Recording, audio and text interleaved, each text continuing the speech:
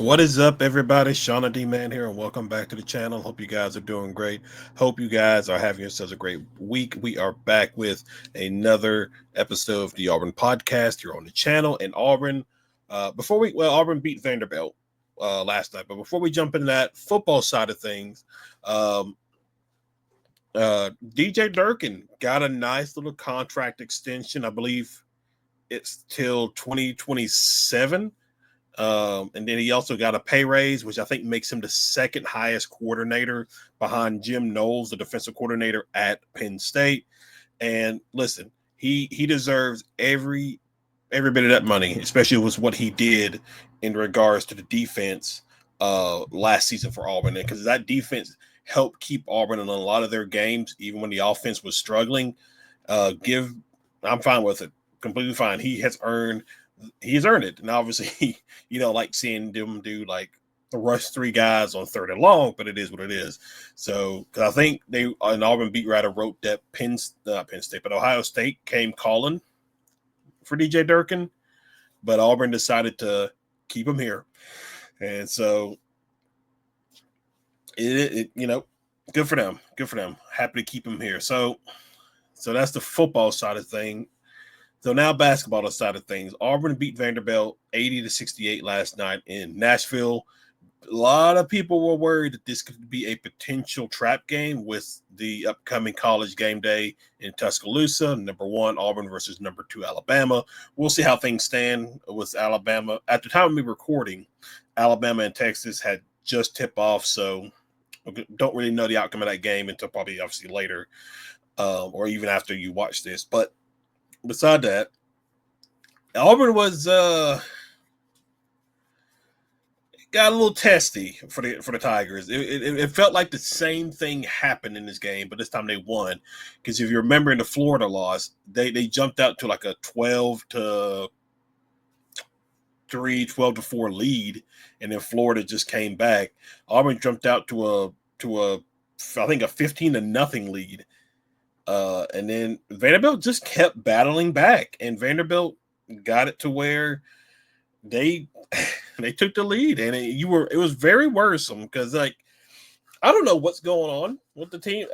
I think some of these guys are just in a slump, and that tends to happen after you probably play a lot of high intensity basketball games throughout December, January, and now we're in February, because we are getting close. We're getting close to March Madness, so definitely just not necessarily sloppiness, but the hustle wasn't there, and at times I'm very curious about what's going on with this team. Maybe they're just in a slump.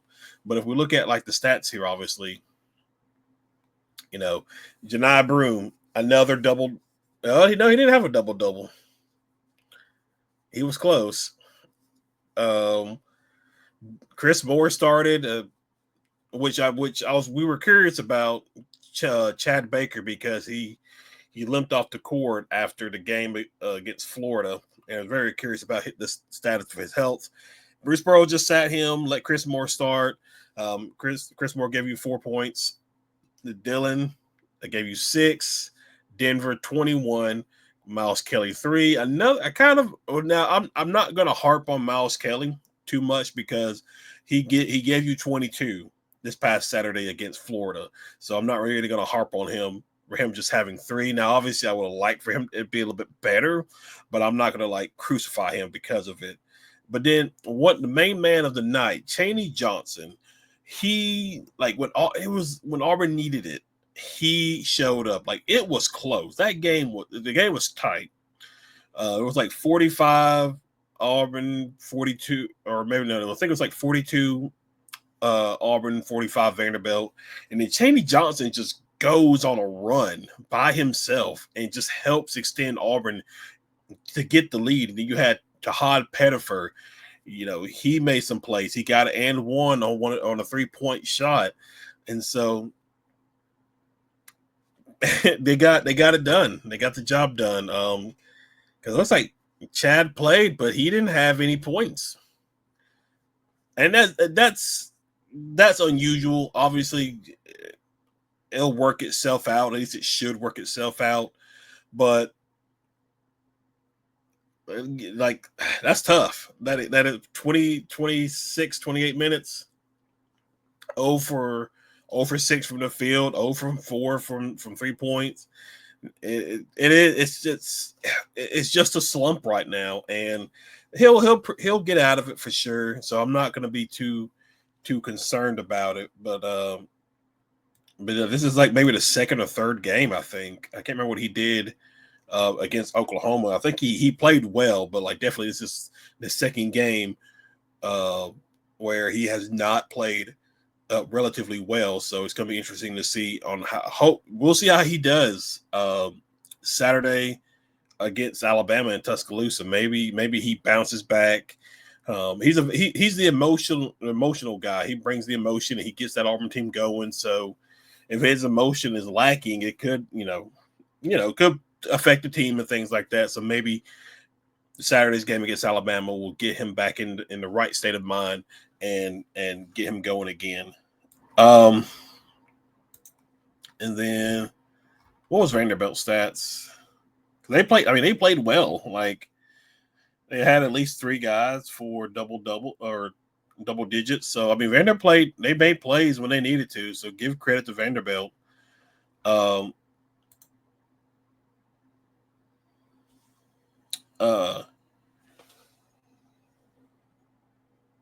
Sorry, I got distracted. Let's see. So, far as stat wise, Auburn just above 50% from the field, 9 of 24 from threes. Like pretty lucky that Vanderbilt didn't hit a lot of their threes because they had some nice shots, but it worked out that they missed. About even in the free throw attempts. Vanderbilt was better at the line. They were 13 of 14. Auburn was 11 of 15, but both were basically about even. Rebounds is very concerning. I don't know if concerning is the right word, but maybe so because they get 16 rebounds, so 29 overall to 37. And Dillon had to sit for a good bit because of fouls, and then obviously Broom is probably not 100%. I think he's still lingering a little bit. And Vanderbilt, they got second chance points again. Like kind of the same thing happened. It's so random how at times teams that Auburn plays, like this same thing happened to Florida on Saturday, where like the ball somehow magically finds themselves to the opponent. But 29 to 37 rebounds. It's just obviously that's just not good, but I think that could be cleaned up. A lot of this can just be cleaned up. I don't think there's like really a cause for concern. But we'll see. 11 assists, 8 steals, 5 blocks, 8 turnovers, 12. You did get a big boost with the points off of turnovers. Only 1 fast break. Got to work on that. Both even in points in the paint and about even in fouls as well. So Auburn's biggest lead was 16, and then Vanderbilt was 3. So, overall, I was curious about this game on how well Auburn would respond, and it got ugly a little bit, but they got the job done. And that's all I can ask of them to do. So it's good. I'm relatively happy. What was play-by-play? It was in the second half. I think it was in the second half. Let's see. It's like Chaney Johnson. Where are you at?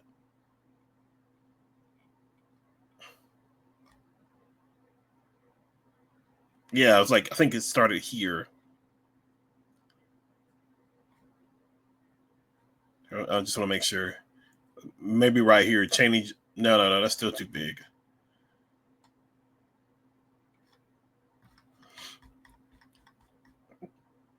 Okay, I'm sorry. I was reading this backwards for some reason. So Chaney Johnson So 45 to 45. And July Broom made a layup. Chaney Johnson steal. Free throw. Jumper. Deep rebound. Layup.